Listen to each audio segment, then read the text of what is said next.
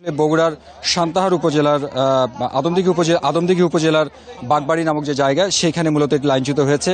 এখানকার স্থানীয় যারা মানুষজন আছেন, যারা আসলে ঘটনা দেখেছেন, তারা যেটি বলছেন যে আজকে ঠিক 2টার পর আসলে এটি 2টার দিকে এটি আসলে লাইনচ্যুত হয়।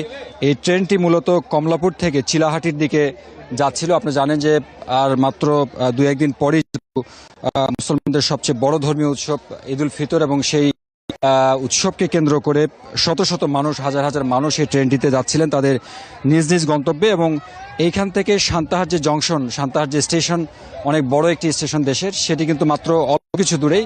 সেই স্টেশন পার হয়ে এসেই আসলে মূলত এই বাগবাড়ি নামক জায়গায় এখানেই কিন্তু মূলত লাইনচ্যুত হয়েছে। আসলে কতজন হতাহত হয়েছেন, আহত হয়েছেন, সেই বিষয়টি সুনির্দিষ্ট করে এই মুহূর্তে বলা কঠিন।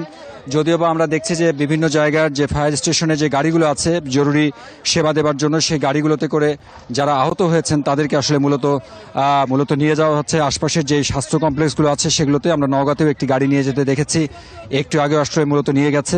আমরা একটু প্রত্যক্ষদর্শীর সঙ্গে কথা বলতে চাই যে আপনি তো মূলত বলছেন যে একটু আগে বলছিলেন যে আপনার এই আশপাশে আসলে বাড়ি, কি দেখেছেন, আসলে কি হলো মূলত?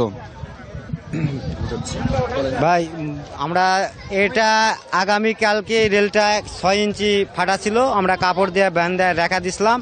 ওখান দিয়ে সকাল পতাকাটা ওভারটেক করে আসা এখানে মানে গাড়িটা আস্তে আস্তে মনে করেন যে ছিটা যায়, আর লোকজন ছাদের উপর থেকে অনেক লোক পড়ে যায়। না, ব্রেক দেয়নি। তার মানে এই জায়গাটা আগে থেকেই ফাটা ছিল?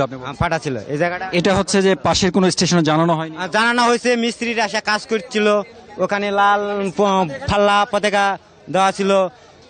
তারা প্রায় সম্মেলন করেছে। মাত্র 5টা মিনিট যদি সময় দিত, গাড়িটা ওখানে যদি ব্রেক করতো কিংবা স্লো দিত, তাহলে এই দুর্ঘটনাটা হতো না। আপনার কাছে কি মনে হয়, কি কারণে এই ট্রেনটা চলে আসলো?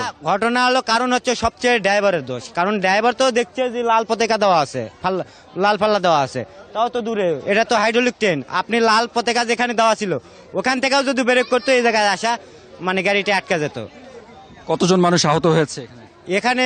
ছাদের উপর তো মনে হয় আহত হয়েছে না হলে 200-250 লোক হবে, কারণ ছিল সব পড়ে গেছিল নিচে। আপনি শুনলেন যে আসলে ছাদের উপর যে মানুষজন তারা আসলে ভ্রমণ করছিলেন, তারা মূলত সকলেই পড়ে গেছেন।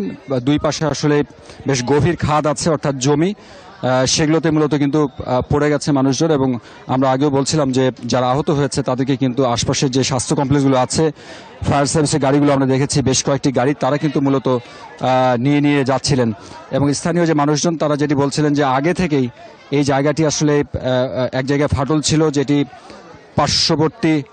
পার্শ্ববর্তী যেই স্টেশন সেখানে মূলত জানানো হয়েছিল, কিন্তু আসলে তারা সেই সিগন্যালটা মানেননি। এবং একটি লাল পতাকাও দেওয়া ছিল, যেটি বলছেন যে এই গাড়ির যে চালক তিনি আসলে সেটি অনুসরণ না করে মূলত ওভার করে চলে গেছেন, ফলে কিন্তু এই ট্রেনটি পড়ে গেছে।